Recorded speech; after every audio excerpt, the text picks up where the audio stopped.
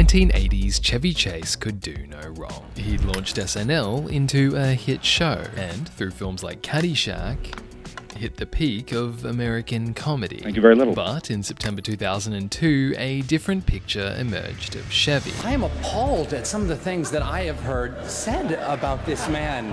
And I mean backstage, some really hideous, hurtful, hate-filled things you could never take back. The roast of Chevy Chase is not like other roasts. Instead of good-natured teasing, it's just revenge for the way Chevy treated others. You're out of control, you're in denial, no one wants you to work anymore but you. It's selfish. You're hurting yourself, the people around you. Of the fact he's wearing sunglasses, Chevy later said, "Thank God I was. My eyes were tearing." But the roasters were harsh for a reason. Chevy verbally abused producers. I'm not going to say to you except you can my Is that clear? Jokingly flattered a female colleague by telling her what he wanted to do with her dead body, and even slapped fans. He was just like my comedy hero. So I went up to him and I said, "Chevy, I just wanted to introduce myself. I'm Rob Hubel."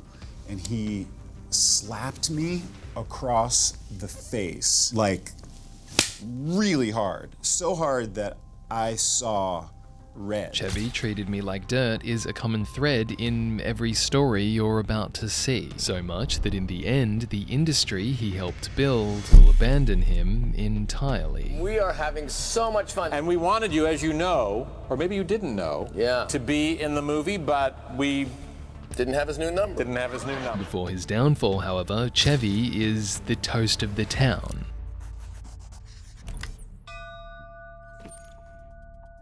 Live from New York, it's Saturday night! It's October 11, 1975, and Chevy is in his first episode of SNL. This is also the first episode of SNL, at the time called NBC's Saturday Night, and Chevy, who's 32, runs the fall of the week. No problem.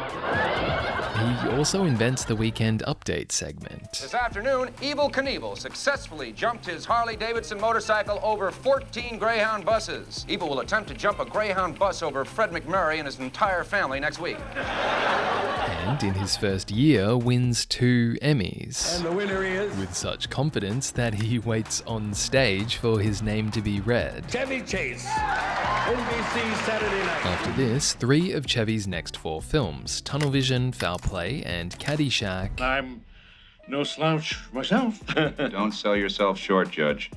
You're a tremendous slouch. earned a combined $100 million against $11 million in budgets. And Chevy becomes the first SNL star to crack mainstream celebrity. New York Magazine even suggests that Chevy could replace Johnny Carson. And while Carson responds that Chevy couldn't ad-lib a fart after a baked bean dinner, public opinion is that he's the funniest man in America.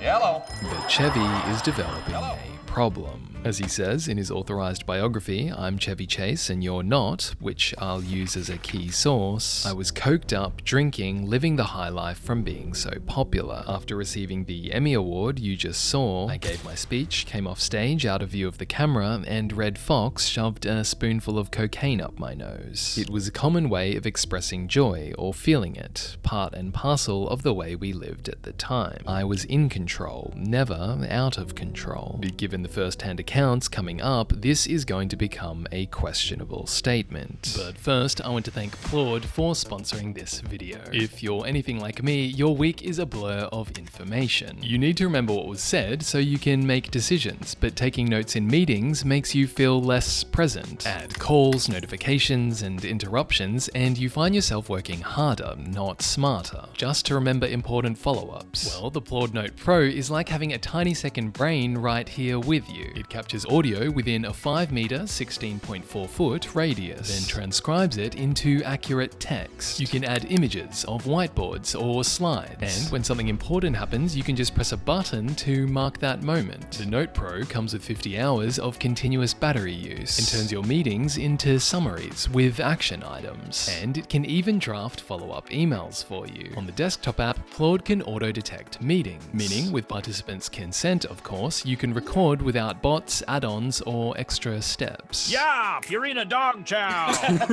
Online and in person, there's literally no need to write or type anymore. You can just be present, then have Claude give you the info you want. Need to recall Jeff's idea from last Monday? Just ask Claude and get an answer complete with references. And because privacy is critical, data is held with these enterprise-grade encryption standards. Professionals who use Claude save on average 260 hours a year. That's 6 full work weeks. So if you're serious about working smarter, not harder, get Claude Note Pro with 30-day free returns at the link in the description. And now back to Chevy Chase, who, even in his early days, is impulsive. Chevy is born a 14th generation New Yorker and spends childhood summers at his maternal family estate, Castle Hill. This is the same estate that will later be shot in The Witches of Eastwick. That house is a landmark building. And Chevy's heritage is something he's embarrassed about. I was born from Cornelius Crane Chase. Oh, that's right. We have talked about this before. Well, good, then let's just drop it. Chevy's mother named him after her adoptive father, Cornelius Vanderbilt Crane, in the hopes that he would leave his fortune to she or Chevy, but this doesn't eventuate. My mother's adoptive father was a guy named Cornelius Crane, who was the head of the toilet company, basically, the valves of Crane Plumbing. Right. And he disowned her in his will. She got nothing. And that's that. Still, Chevy will later describe himself as upper middle class, and use the inheritance he does get to buy himself a Rolls Royce. Despite some good luck, however, Chevy's childhood is far from ideal. He remembers being awakened in the middle of the night and slapped continually and hard across the face by his mother, who also had a habit of sending the children outside to select branches of a tree with which they would be hit for their infractions. At 14, when Chevy pulls a knife on another kid, he's suspended from the Riverdale Country School. And this time, his mother locks him in the cellar. I was given a mattress and a pitcher to pee in, a desk and a small lamp. There were 2 little windows 1.5 feet in height with bars on them. It takes Chevy being expelled from school for him to finally escape his family. He's transferred to the Stockbridge School in Massachusetts, and there he excels. He becomes valedictorian, ends up at Bard College in New York, and Chevy chooses not to attend medical school. However, this makes him eligible for the Vietnam draft. So, to avoid being drafted, Chevy cites homosexual tendencies, and before his physical, stays up for 2 nights in a row and makes needle marks on his arm. And it works. Chevy is designated for F, meaning not qualified for any military service, so he's free to move as he pleases. I had an agent here in New York named Lou Weiss, and he suggested go out to Los Angeles to see what's going on there as a writer. In LA, Chevy writes episodes for the Smothers Brothers show. Do you ever look at the crowds in old movies and wonder if they're dead yet? Meets a young comic magician called Steve Martin.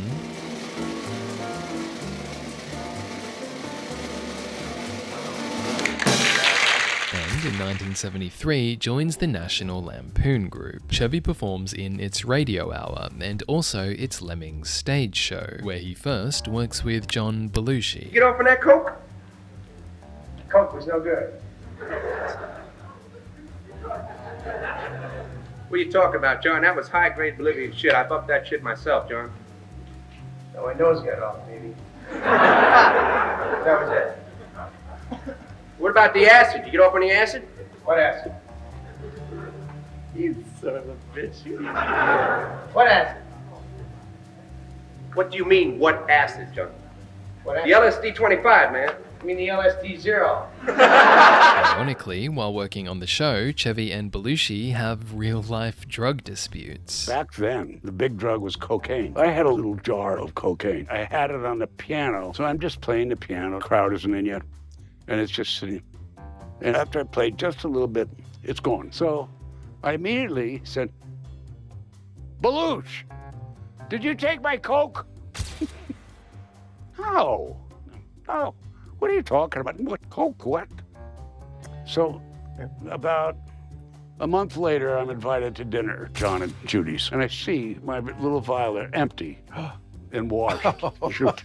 Just sitting on a shelf there by the books. The heavier use of cocaine, however, began during the late nights of working on Saturday Night Live, and Chevy having enough money to be able to afford it. On SNL, I began as a writer, and I was always a writer, and I thought I'd always be a writer. But before season 1 airs, Chevy is given a screen test. Well, that's the news this Wednesday. Good night, and have a pleasant tomorrow. Are you proud of your team? When we got to New York and really set the show up, somebody had to take a fall. Chevy is picked for the job. Somebody had to say, honestly, Live from New York, it's Saturday night! Chevy's profile grows with characters like the land shark, Plumber? I didn't ask for a plumber. Who is it? Telegram. who finds his dinner by knocking on doors. Oh, telegram, just a moment.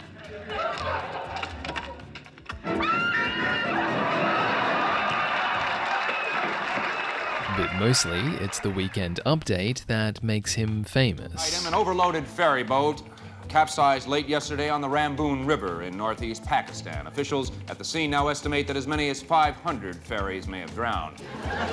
And all of a sudden, Chevy did the weekend update. Whatever and the he reason, blew up, yeah. you charmed the American public. Yeah. You got all For the whatever articles. reason, You yeah. became the face of Saturday Night Live. And the fame is having an effect on him. I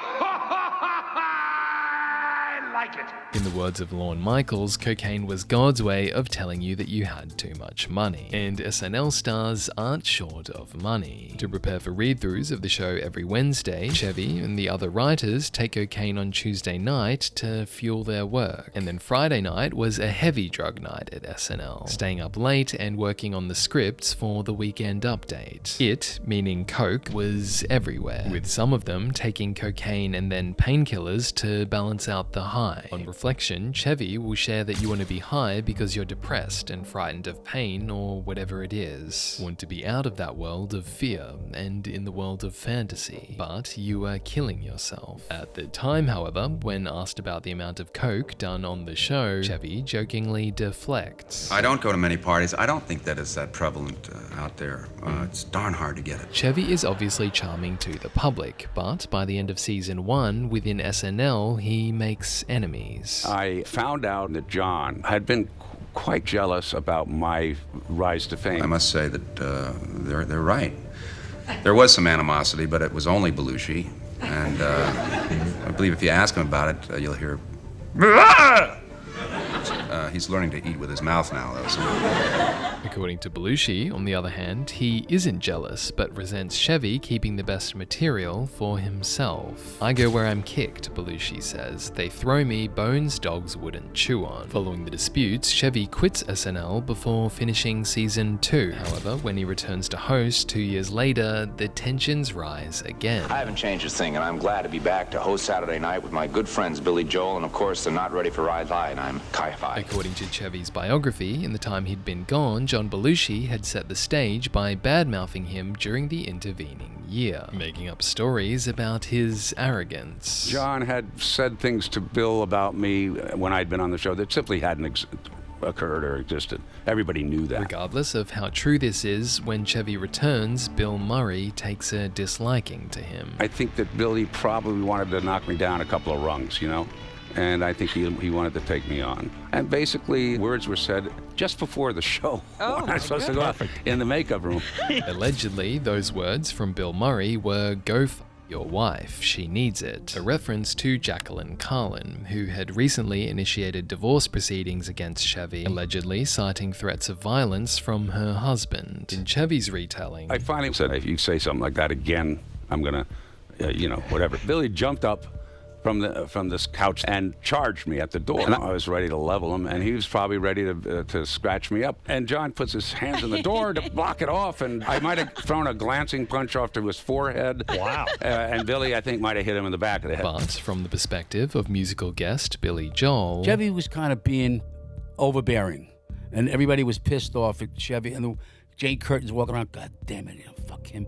And somebody said something, and then Bill Murray goes to punch him. Regardless of who started it, Chevy moves on from SNL again. Surprisingly, he'll be invited back to host 7 more times until he's permanently banned in 1997. But for now, he transitions to movies. That's right, honey.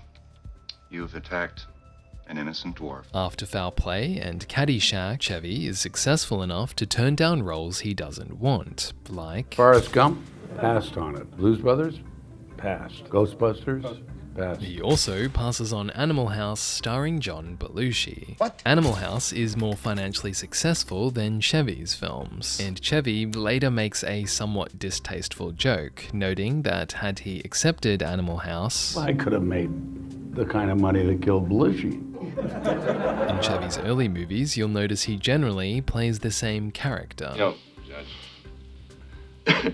My dad never liked you. You know, Glenn, there was a time when you had a pretty good sense of humor. I remember it. It's the day I married you. These little honeys won't kill you, but they're guaranteed to take a foot off. And as Quentin Tarantino observes, Chevy Chase is the same supercilious asshole at the end of the movie that he is at the beginning. It's Soulfinger by the Barkays. They must be having trouble getting gigs. He's always a bit of a dick and is always completely sarcastic. He never apologizes for who he is, stays that way throughout the whole film. He never changes in his stuff. And these character traits increasingly reflect Chevy. In September 1980, Chevy is asked about comparisons made between he and Cary Grant. Cary Grant is brilliant, elegant, and athletic, Chevy says. Can deliver lines with great humor, but also... And I understand he was a homo. One of the stupidest things I've ever said. While obviously a joke, Cary Grant doesn't see it that way. He successfully sues Chevy for $150,000, and Grant's ex-wife defends him in the most hilarious, unexpected way possible. Why would I believe that Cary was homosexual when we were busy fucking? While that case is more absurd, other accounts of Chevy's behavior get worse. While preparing to work on National Lampoon's Christmas Vacation, director Chris Columbus recalls that I went out to dinner with Chevy Chase. To be completely honest, Chevy treated me like dirt. Then I had another meeting with Chevy and it was worse. I called John Hughes, who was producing the film, and said, "There's no way I can do this movie. I know I need to work, but I can't do it with this guy." And other directors have similar encounters. On The Three Amigos, John Landis gets so worked up he threatens to kill Chevy, to which Chevy reportedly says, "With what? There's no helicopter here," a reference to Landis's recent film The Twilight Zone, in which a helicopter stunt went wrong and killed actor Vic Morrow as well as 2 children. In 1986, Chevy is admitted to rehab. His third wife drives the 2.5 hours to the center. Chevy finishing up the last of his cocaine in the car, realizing this was going to be the end of an era. According to him, the cocaine was easy to give up, because I never wanted to be back in a place like that. And by the later 80s, Chevy appears to be better. And I also want to give special thanks to Shirley MacLaine. I'm not a kook, but I do believe in reincarnation. In fact, I used to be Shirley, and it was awesome. Chevy hosts the Oscars twice. So this is kind of like deja vu for me. Is appointed honorary mayor of the Pacific Palisades in LA and is invited back to SNL. But as you would have guessed, he continues to make enemies. Good morning, Mr. D. Here's your morning paper. This is comedian Terry Sweeney. Terry is gay and recalls a time when Chevy turned to me and he said, "Oh, you're the gay guy, right? I've got an idea for a sketch for you. How about we say you have AIDS and we weigh you every week?" He ended up having to apologize and actually come into my office. He was really furious that he had to apologize to me. He was just beside himself and it was just awful. Again, from Chevy's point of view, None of that's true. I would remember that. My memory is that he's lying, is my memory. But Terry isn't the only colleague to express a disdain for Chevy. Have you seen Chevy's special? I don't like Chevy.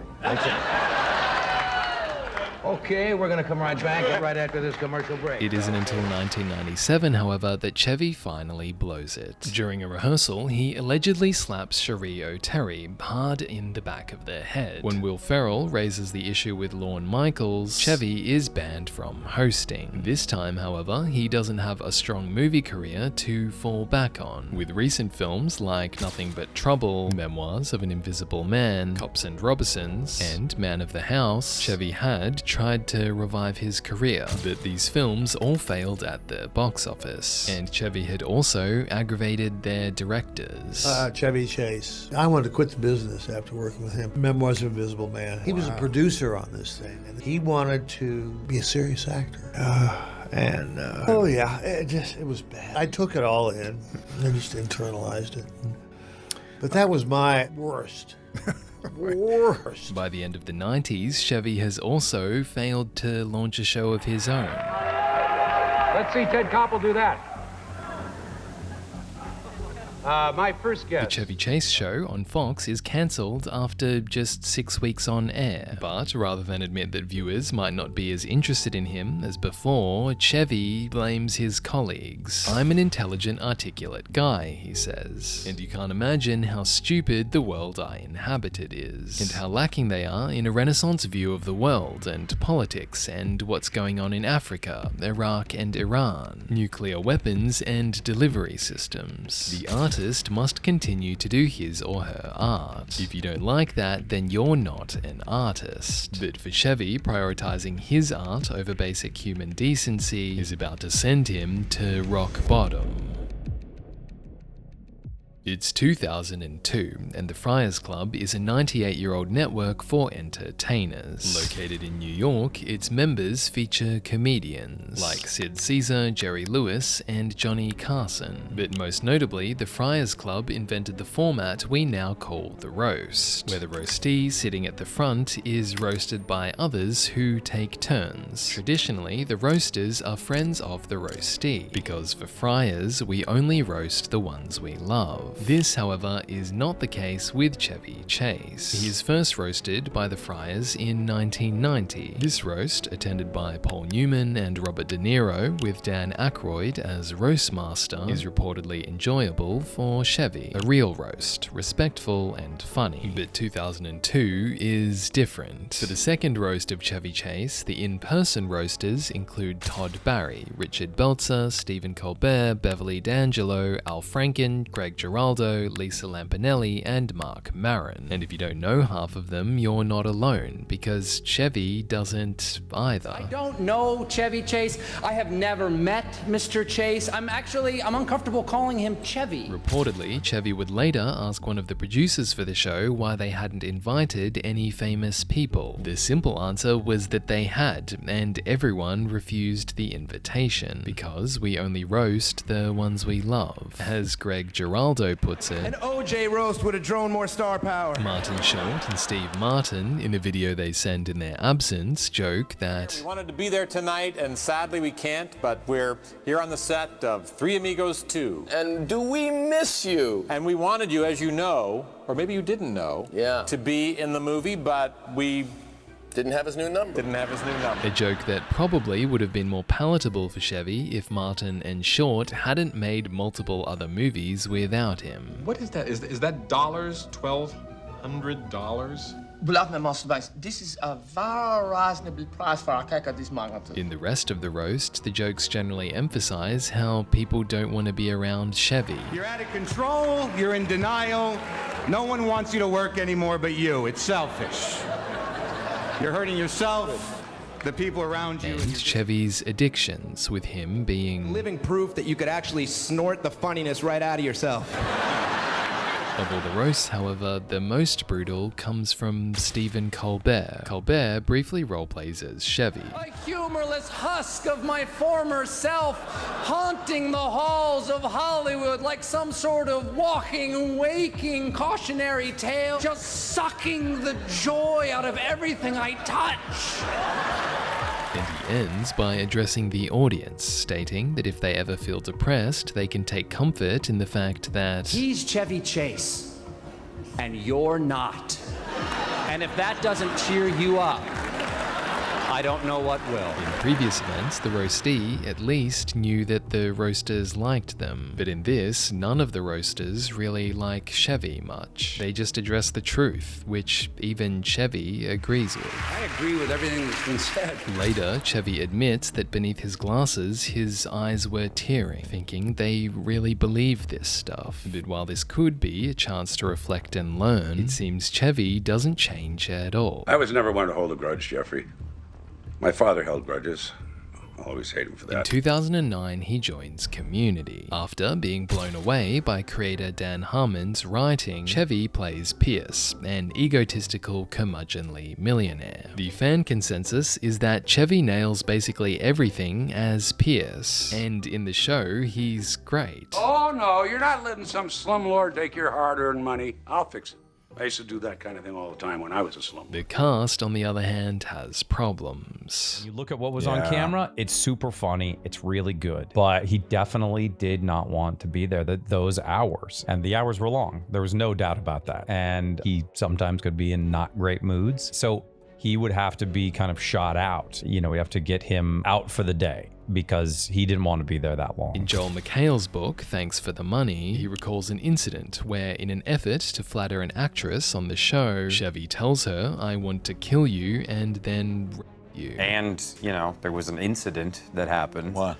I don't know. Oh, well, he made some remarks that were deemed to be racist, a comment that he made, and I think that was kind of it. While I won't repeat what is said in this instance, the idea of Chevy being racist is openly discussed, with Donald Glover and Dan Harmon sarcastically joking that he's probably like the least racist guy. To a fault. Just like, oh, let's go get some Chinese food, and he'll just walk into a Burger King. He can't even tell the difference. And it's just like, hey man, these are burgers. And he's like, I didn't notice. In another instance, Yvette Nicole Brown refuses to continue working unless Chevy apologizes to her for something he said. Director Jay Chandrasekhar then raises the issue to Chevy, who responds with, "You know, me and Richard Pryor, I used to call Richard Pryor the N-word, and we loved each other." The tense dynamic on the show culminates in the season 3 rap party. Allegedly, Dan Harmon starts a chant of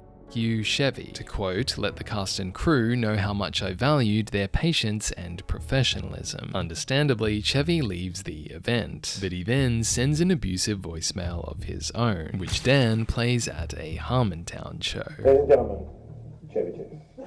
I hope you're ready to take your medicine, you fat You didn't give us a script to begin with, so nobody knew what the was going on during the week. Second of all, you're goddamn bad writing shit, sicko. Script was an abomination, and your writing is getting worse and worse, so suck my cock. I don't get talked to like that by anybody, certainly not in front of my wife and daughter. You goddamn alcoholic fat shit. You're gonna live to be about 57 and you're lucky the way you eat. I got nothing to say to you except you can suck my cock. Is that clear? And I'll even play that for everybody around you who agrees with you that you should say you in front of all of those people, to me and my family. You think that's the right way to behave? If you were here right now, I'd kick your teeth out. You know, I doubt that. You're not funny. You're okay. In the following season, Pierce Hawthorne is killed off, so Chevy tries to get into SNL again. According to Lorne Michaels, at the wedding of Chevy's daughter, they were literally waiting for him to walk Sydney down the aisle, and he said, "I'm ready to host again." Michaels refuses, and Chevy later laments that it's like denying that I was the guy who made this show really go that first year. It's like taking all that away from me. To add insult to injury, during SNL's 50th anniversary, Chevy isn't invited on stage. I expected that I would have been on the stage too with all the other actors. No one asked me to.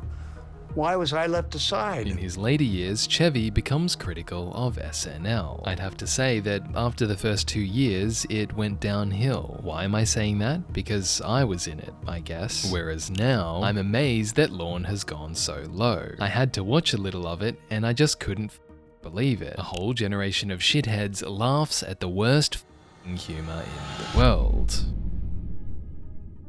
In 2026, a Chevy Chase documentary is created to figure out who was the real person behind the conflicted, guarded, and somewhat fragile man we see on camera. Ironically, but perhaps not surprisingly, director Marina Zenovich comes out of it saying, "I'd never done an interview where someone was so rude to me." Unlike the Friars roast, some of Chevy's former colleagues, like Martin Short and Lorne Michaels, do agree to participate. However, others, like Steve Martin and Christopher Guest, decline. And from the cast of Community, every single person said no. But will any of this ever change Chevy Chase? Well, I doubt it. "I've already done what I've done," he says. "I can't change anything, and I'm proud to be who I am." And in 2017, at the Television Hall of Fame, he gives this speech. I remember a sketch where John was a director, and I was in it, and Gilda was in it. And he would go, "Cut!"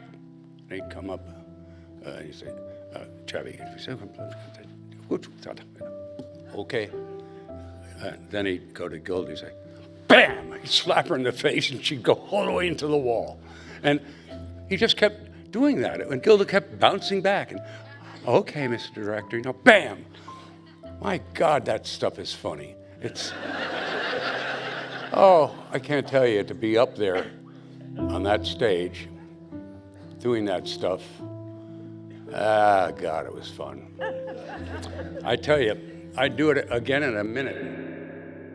If you enjoyed this, you'll love the story of Martin Short and his roasts. Click the link in the description to try Plod Note Pro today. And for more stories of brilliant, flawed people and their work, subscribe.